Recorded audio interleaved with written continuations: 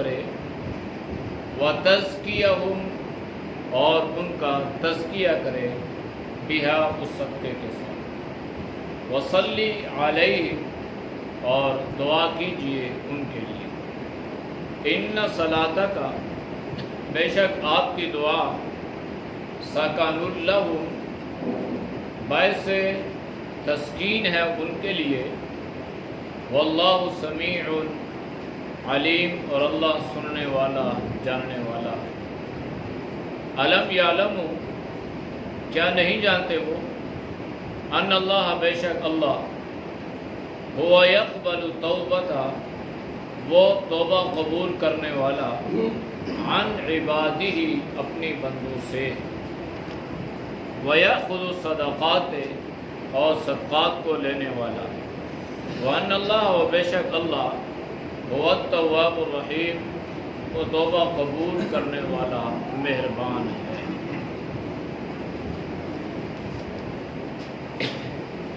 آیات کا ما قبل آیات کے ساتھ ربط اور تعلق یہ ہے کہ گزشتہ آیات میں اللہ نے مہاجرین اور انصار صحابہ کرام کی اور ان کی اتباع کرنے والوں کی یہ فضیلت اور منقبت بیان فرمائی ہے کہ یہ وہ عظیم ہستیاں ہیں جن سے اللہ راضی ہوا اور یہ اللہ سے راضی ہوتے۔ پھر اس کے بعد اللہ نے منافقین کا دوبارہ تذکرہ فرمایا کہ یہ جو منافقین ہیں، جن میں سے بعض منافق ایسے ہیں کہ وہ اپنی منافقت کو چھپائے ہوئے ہیں، انہیں ہم جانتے ہیں آپ نہیں جانتے، لیکن بہرحال اس منافقت کا وبال ان پر دنیا میں بھی آئے گا اور آخرت کا ہمیشہ کا عذاب ان کا مقدر اور نصیب بنے گا۔ پھر اللہ نے ان آیات میں دوبارہ سے غزوہ تبوک کا ذکر فرمایا۔ نبی علیہ السلام نے جب حکم دیا کہ جو اس غزوہ میں نکلنے کی استطاعت رکھتا ہو وہ اس میں نکلے۔ اب بعض حضرات ایسے تھے کہ جو اپنی مجبوریوں کو سمجھتے تھے، اور بعض ایسے تھے کہ جو منافق تھے، بعض مخلصین تھے، اور بعض ایسے تھے جب آپ صلی اللہ علیہ وسلم نے اعلان فرمایا تو تھوڑی دیر کے لیے انہوں نے سوچا، لیکن پھر آپ صلی اللہ علیہ وسلم کے ساتھ جہاد پہ جانے کے لیے تیار ہو گئے۔ اب ان میں جو بڑی تعداد تھی وہ سچے مخلصین کی تھی، وہ تمام صحابہ جو انصار میں سے تھے یا مہاجرین میں سے تھے جو مخلص تھے، انہوں نے کوئی بھی ہچکچاہٹ، کوئی بھی تأمل، کوئی بھی غور اور فکر یا کوئی عذر یا کوئی بہانہ آپ صلی اللہ علیہ وسلم کے سامنے پیش نہیں کیا۔ البتہ صحابہ میں سے بعض صحابہ جن کی تعداد تقریباً 10 کے لگ بھگ ہے، جن میں حضرت ابو لبابہ رضی اللہ تعالی عنہ کا نام بھی شامل ہے۔ تو یہ جو 10 صحابہ تھے یہ تو ایمان والے تھے، ان کے ایمان میں کوئی شک نہیں تھا، منافق نہیں تھے۔ یہ جو 10 صحابہ تھے یہ محض سستی کی بنا پر آپ صلی اللہ علیہ وسلم کے ساتھ اس غزوہ میں شریک نہ ہو سکے۔ منافقت اور چیز ہے، سستی اور کاہلی ایک الگ چیز ہے۔ تو ان کا اللہ نے قرآن میں اس آیات میں یوں ذکر فرمایا ہے، وآخرون اور دوسرے وہ لوگ بھی تھے، اعترفوا بذنوبہم کہ انہوں نے اپنے گناہوں کا اعتراف کر لیا۔ گناہ کیا تھا؟ حالانکہ صوم و صلات کے پابند تھے، ان میں مہاجرین انصار بھی تھے، ان میں بدری اور احد میں شریک ہونے والے صحابہ کرام بھی تھے۔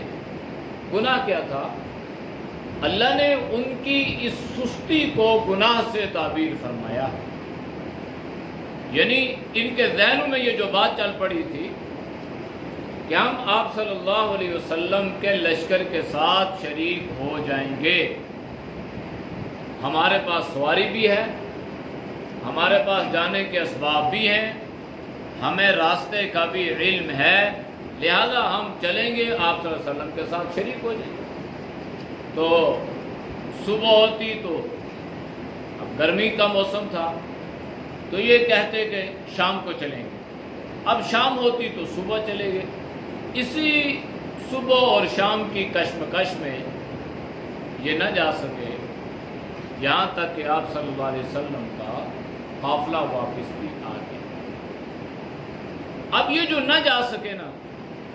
انہیں اپنے نہ جانے کا بہت افسوس ہو، اور انہوں نے اعتراف جرم بھی کر لیا،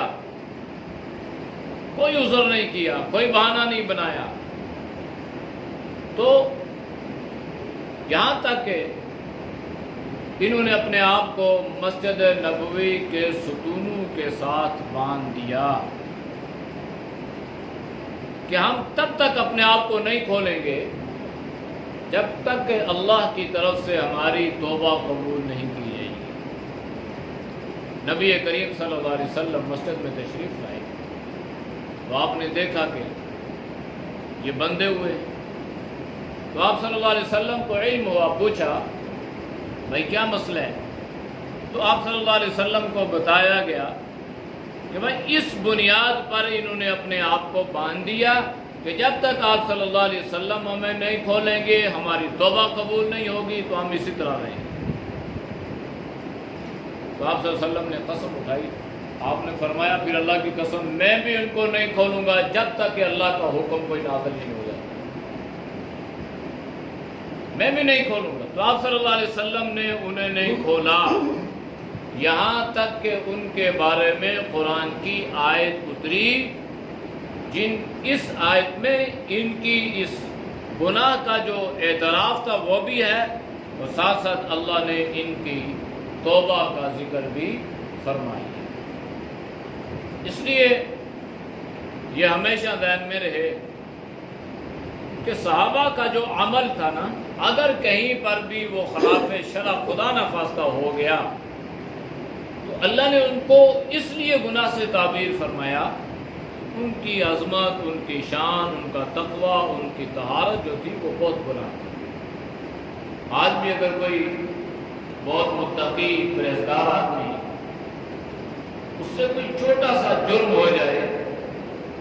انسان یہ کہتا ہے کہ بھائی دیکھو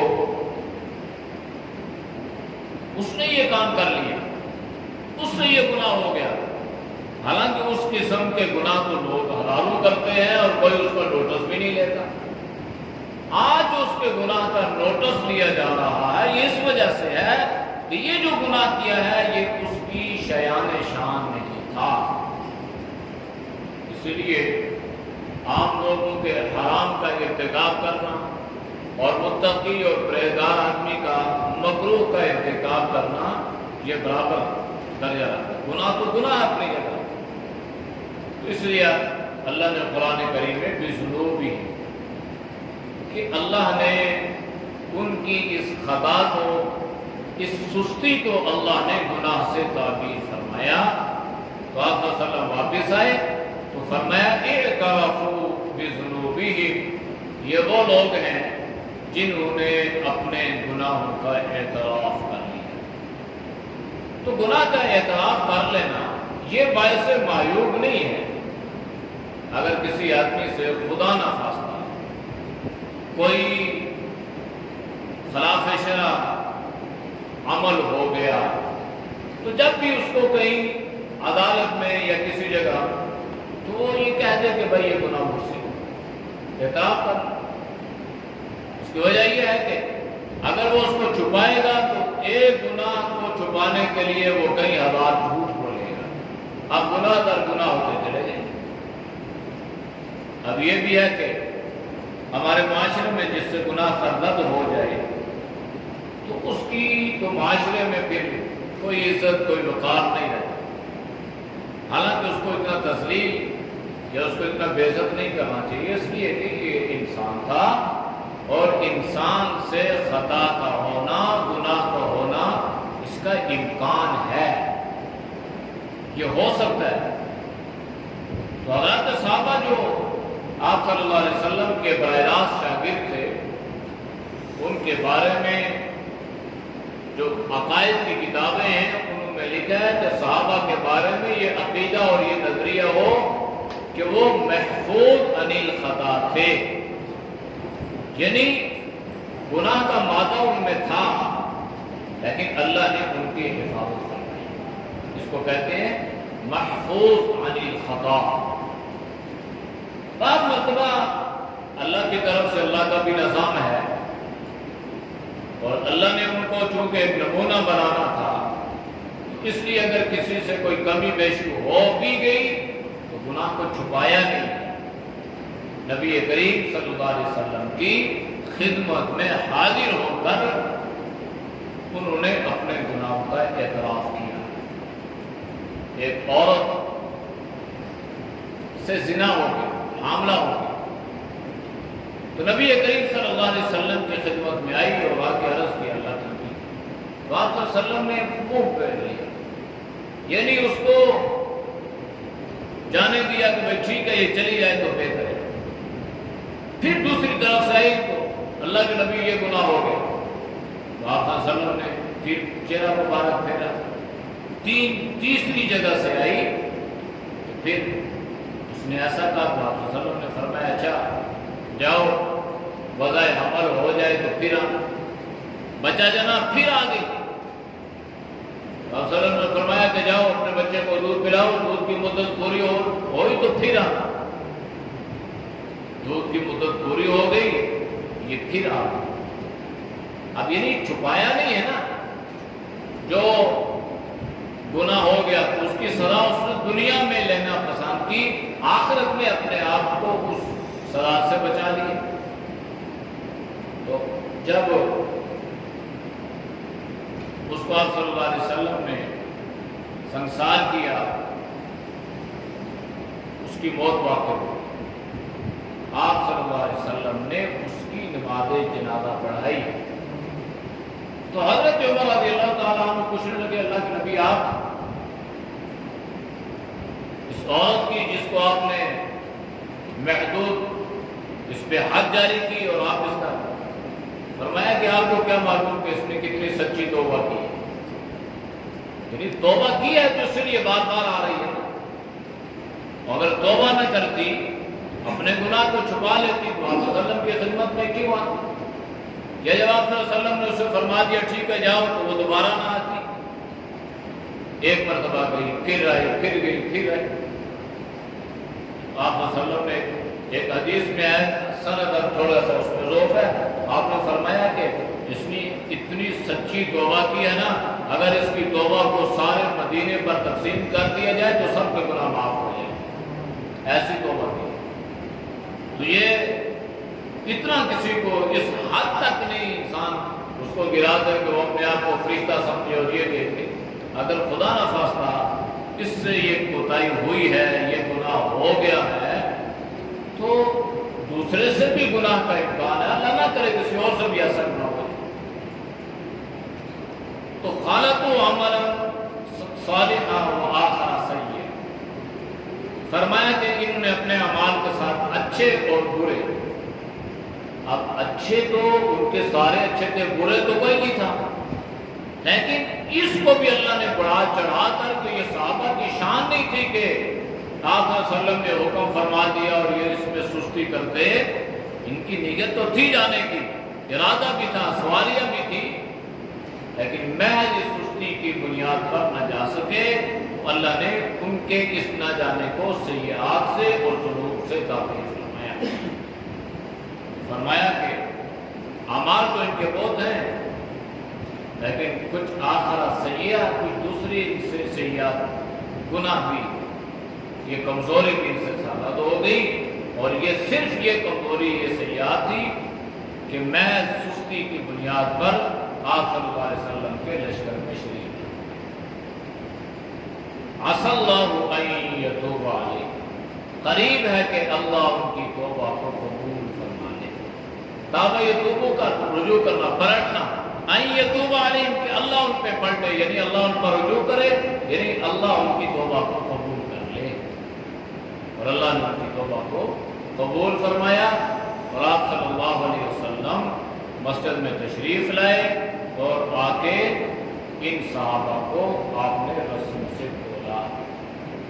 ان اللہ غفور رحیم، بے شک اللہ بخشنے والا مہربان۔ خذ من اموالہم، لے لیجیے ان سے اموال، صدقہ بطور صدقہ کے زکات،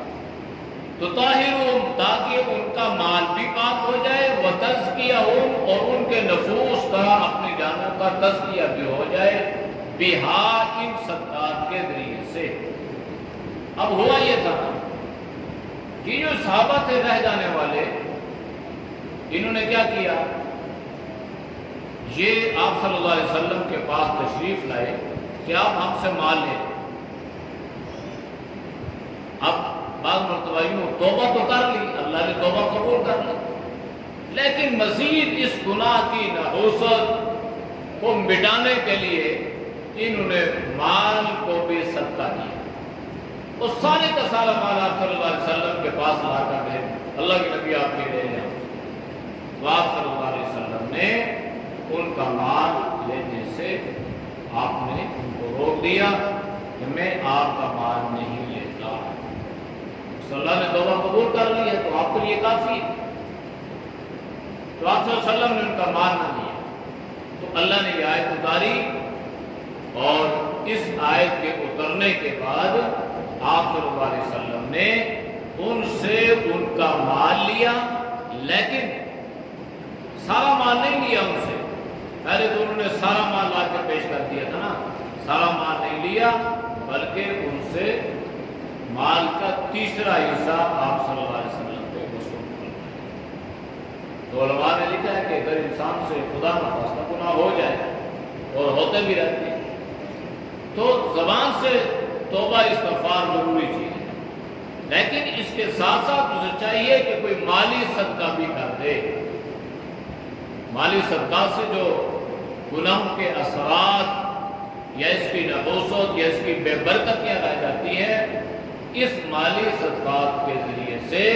اللہ اس کو بھی دور فرما دیتے ہیں۔ پھر اللہ نے اس صدقات کی دو چیزیں بیان فرمائی،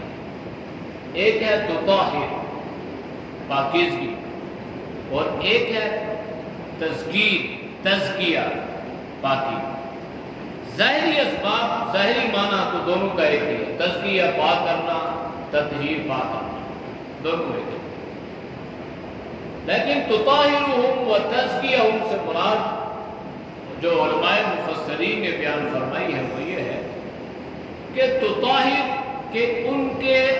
صدقات کی وجہ سے، زکوٰۃ کی وجہ سے اللہ ان کے مال کو پاک فرما دے گا،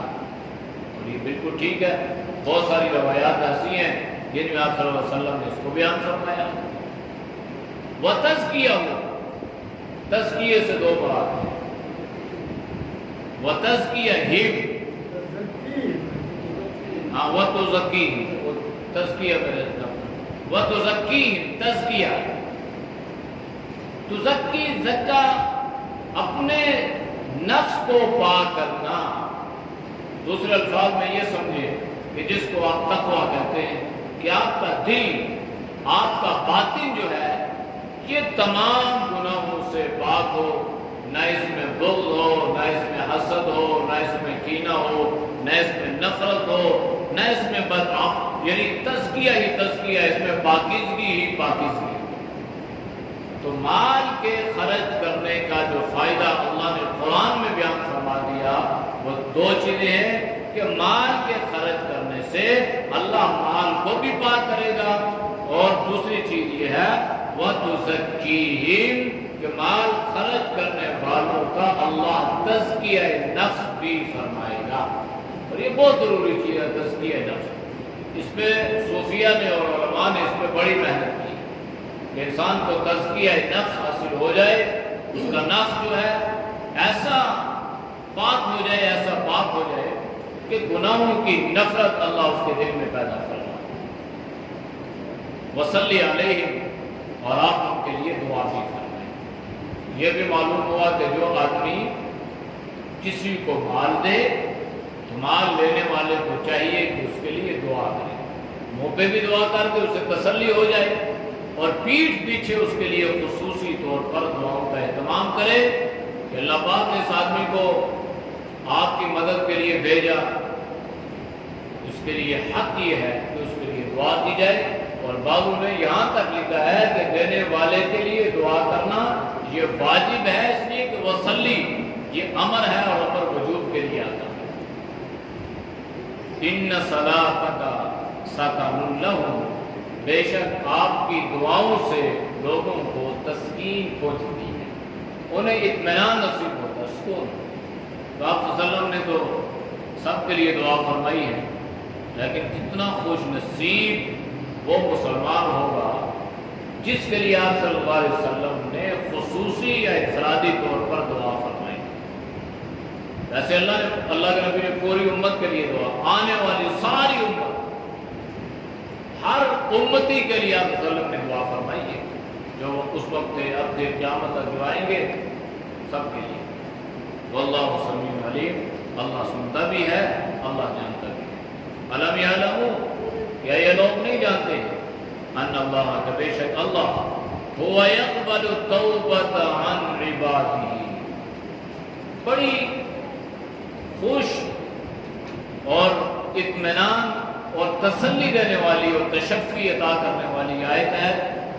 کہ جس میں اللہ نے ان لوگوں کو جو دوسروں کو تانے دیتے ہیں، کہتے ہیں وہ دیکھو اس نے کیا کیا، اس نے یہ کر دیا، وہ کر دیا، تو اللہ ان سے فرما رہا ہے کیا وہ لوگ نہیں جانتے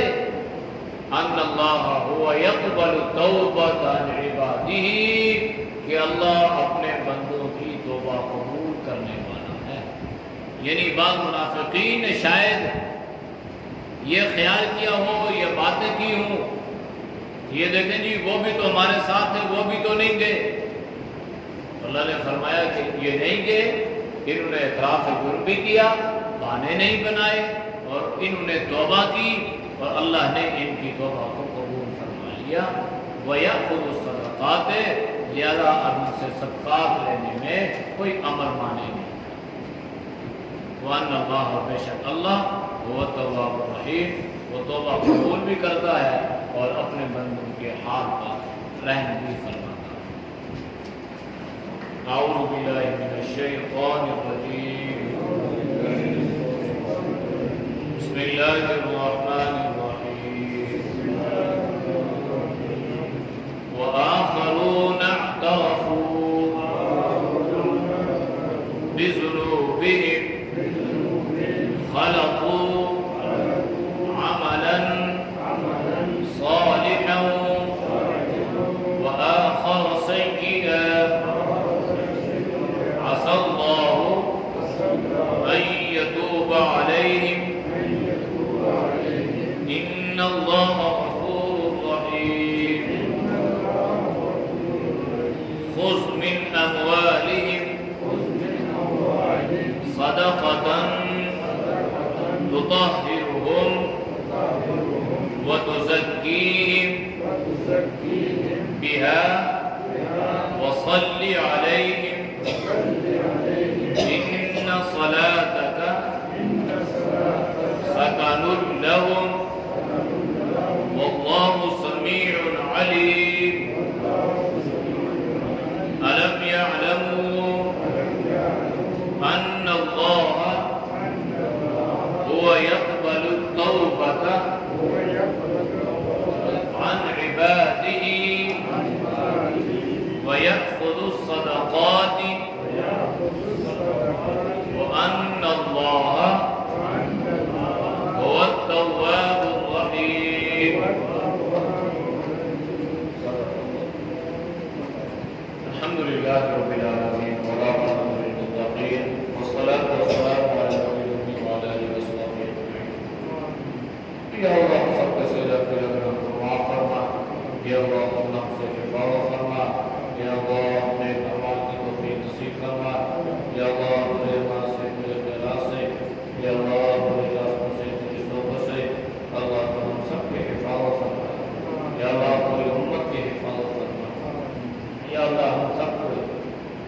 اعمال کی توفیق نصیب فرما، برے اعمال سے یا اللہ دل میں کینہ ہے، نفرت ہے، حقوق ہے، حسد ہے، بغض ہے، اللہ اس سے پوری امت کی حفاظت فرما۔ یا اللہ جتنے دوست باب میرے اللہ کے لیے، یا اللہ جو کثر قرآن سنتے ہیں اللہ ان کے سننے کو قبول فرما۔ یا اللہ تو سب کی جان مال ایمان میں صحت میں اللہ خوب برکت عطا فرما، ہر پریشانی سے، ہر امتحان سے، ہر شر سے، ہر فتنے سے اللہ کو ہم سب کی حفاظت فرما۔ اللہم قبول فرما۔ صلی اللہ علیہ وسلم محمد وعلی آلہ وصحبہ اجمعین۔